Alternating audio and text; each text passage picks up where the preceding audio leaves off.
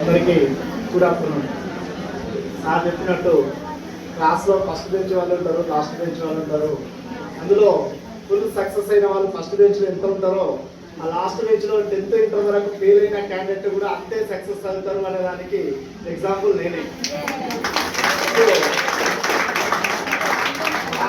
అప్పుడున్న ఫెసిలిటీస్లో పెద్దగా లేవు. మరిగడి నుంచి ఇక్కడికి సైకిల్ దొక్కుంటూ వచ్చినారు వాళ్ళు. ఏది 5th క్లాస్లో. అది ఎంత పాసిబిలిటీ అనేది ఇప్పుడు పాసిబిలిటీ అనేది మనం చెప్పలేము.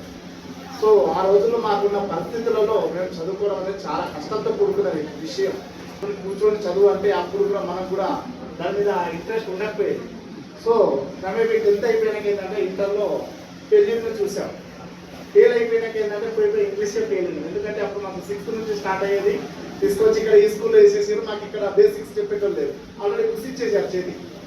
సో ఎలాగో అలా కష్టపడి ఇంటర్లో ఫెయిల్ అయితే ఎప్పుడైతే అయిపోయినామో, సో ఖచ్చితంగా ఈ ఫెయిల్యూర్ జీవితంలో మళ్ళీ చూడకూడదు అనే థాట్ అప్పుడే కలిగినాక ఏం చేయాలి, ఖచ్చితంగా నెక్స్ట్ సెమిస్టర్ మళ్ళీ ఉంటుంది కదా ఎగ్జామ్స్, పాస్ అవ్వాలి. దానికోసం చదువుకుంటూ ఎంసెట్ ప్రిపేర్ అయ్యాలి. ఎంసెట్ ప్రిపేర్ అయ్యి ఎంసెట్లో మంచి ర్యాంక్ వచ్చేసి బీటెక్ కంప్లీట్ చేశాను. 2014లో పాస్ అవుట్. ఆ తర్వాత వెంటనే మళ్ళీ కోచింగ్ తీసేసుకొని మన RWS rural water supply department జనగాంలో మన నల్గొండకు పోస్టింగ్ వచ్చి నాకు వర్క్ ఇన్స్పెక్టర్గా చేశాను. ఒక 6 years జాబ్ చేశాను. కానీ జాబ్ ఒక్కటే, ఏం చేసినా జీవితంలో అప్పుడు తెలుసుకున్నాను, ఏం చేసినా డబ్బు సంపాదించాలి, అది కావాల్సింది. ఎంత సంపాదించినా నెలకు 50-60 వేలతో ఈ జనరేషన్లో ముందుకు పోలేమని 2021లో జాబ్ రిజైన్ చేసేసి బిజినెస్లోకి ఎంటర్ అయిపోయాను. నాకున్న బిజినెస్ బీటెక్ సివిల్ అని అంటున్నారు. నా కన్స్ట్రక్షన్ ఫీల్డ్ కొంచెం సర్వేయర్ గాను కన్స్ట్రక్షన్లో నాకు కొద్దిగా అనుభవం ఉంది. అనుభవంతోనే రియల్ ఎస్టేట్ వైపు ఫామ్ హౌసెస్ కట్టి సేల్ చేసుకుంటాను యూట్యూబ్ ఛానల్ ఇది. సో ఆ రూట్లో మళ్ళీ వచ్చేసి ఆ తర్వాత సక్సెస్ని మనం జీవితంలో అంటే నా ఏజ్కి నేను ఎంత చేయాలో అంతకు 4 గంటలు చేసుకోగలిగాను నా లైఫ్. ఈరోజు నంబర్ 1 సక్సెస్ పొజిషన్లో ఉన్నానని ఆశించుకుంటున్నాను నేనైతే. ఎందుకంటే ఒక్కొక్కరు ఫెయిల్యూర్ కానీ నాతో పాటు ఉన్న మా ఫ్రెండ్స్ చాలా మంది అమెరికాలో ఉన్నారు. ఇదే స్కూల్లో చదువుకున్న వాళ్ళము. ఫెయిల్ అయిన వాళ్ళ దాంట్లో కూడా వాళ్ళు ఈరోజు ఫారెన్లో వెళ్ళి మంచి జాబ్లో సెటిల్ అయిన వాళ్ళు ఉన్నారు. మంచి ఎంప్లాయీస్ ఉన్నారు. ఈ స్కూల్లో అయితే నాకు తెలిసి కొన్ని 100 మంది మనం చెప్పలేము అంతమంది ఈ స్కూల్ నుంచి ఈ బేసిక్స్ నుంచి వెళ్ళి సార్ కింద శిష్యరికం చేసిన వాళ్ళు ఈరోజు నాకు తెలిసి ప్రపంచవ్యాప్తంగా ఉండవచ్చు. దాదాపు ఇంత పొజిషన్లో వెళ్ళిపోయారు. సో ఇక్కడ కూర్చున్న వాళ్ళ దాంట్లో మీరు కూడా ఇప్పుడు నెక్స్ట్ వెళ్ళేది మీరు అనుకున్న మాకున్న మంచి ఫెసిలిటీస్ అప్పుడు ఏముంటాయంటే, ఇప్పుడున్నటువంటి మీకు స్టూడెంట్స్ ముఖ్యంగా చెప్పేది ఏంటంటే, మీరు వెళ్తున్నది మేము వెళ్ళేంత సేఫెస్ట్ జోన్లోకి వెళ్ళట్లేదు. మీరు బయట సమాజం మీరు అనుకున్నంత పర్ఫెక్ట్గా లేదు.